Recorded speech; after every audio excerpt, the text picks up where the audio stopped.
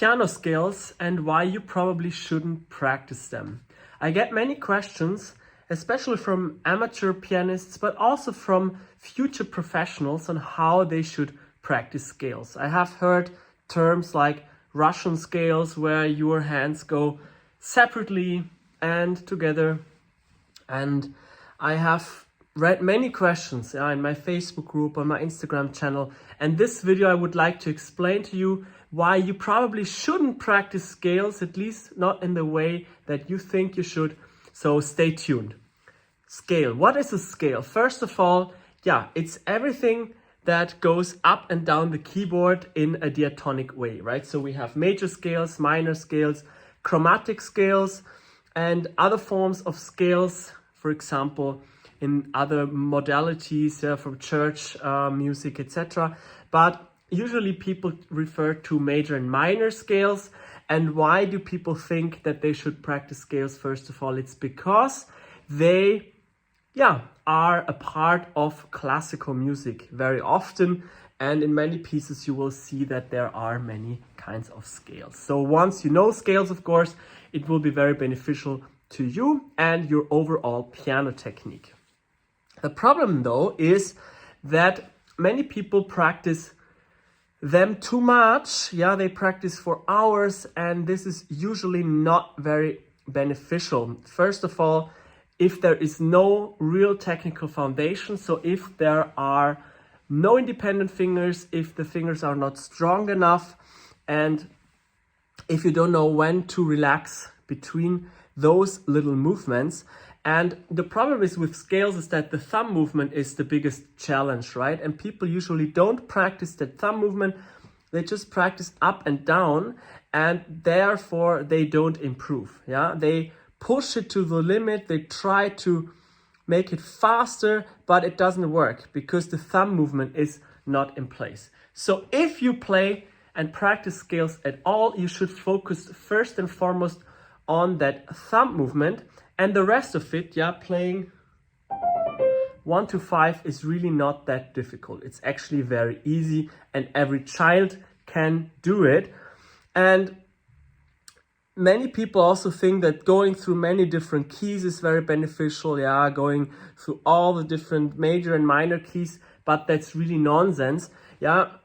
The C major scale, for example, is the most difficult one. We know that Chopin taught his students the B major scale, first of all, because all the long fingers, 2, 3, and 4, are on the black keys, which is easier to do.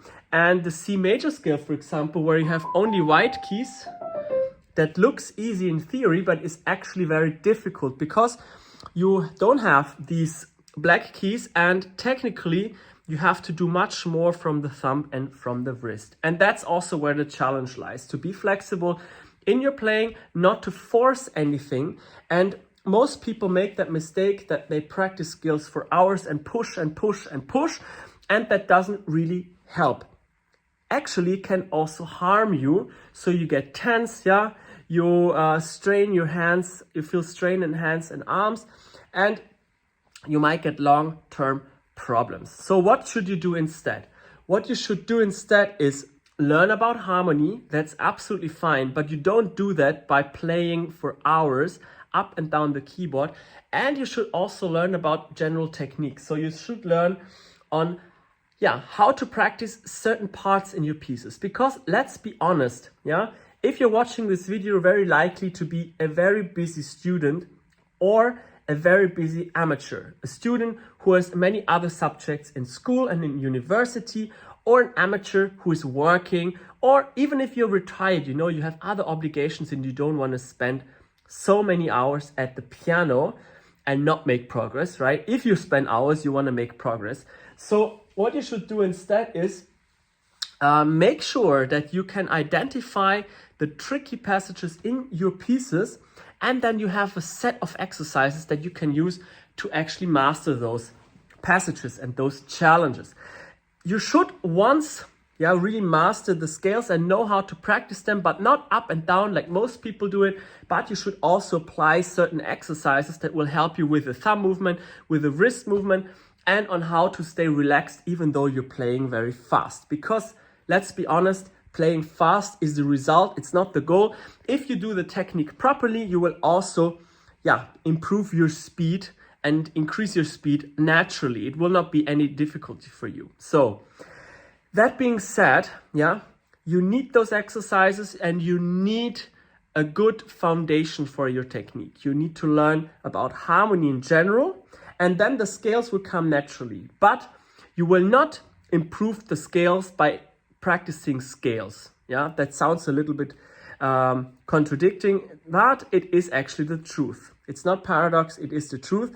And very often with piano playing, you will arrive at the desired result not by practicing that all the time. That's the mistake that many people do, but by building that foundation. It's also with a house. You don't put the furniture in there if the walls are not standing, and you don't put the walls if you don't have a good solid foundation. That's the same with the piano playing. People won't see your progress first of all, and that's the ego challenge. You won't be able to show your skills for a few weeks or a few months, but once you do, and then it will be really impressive and you will be really fast, and you will also feel confident and secure when you show your pieces to other people. And let's be honest, nobody wants to listen to your scale practice anyways.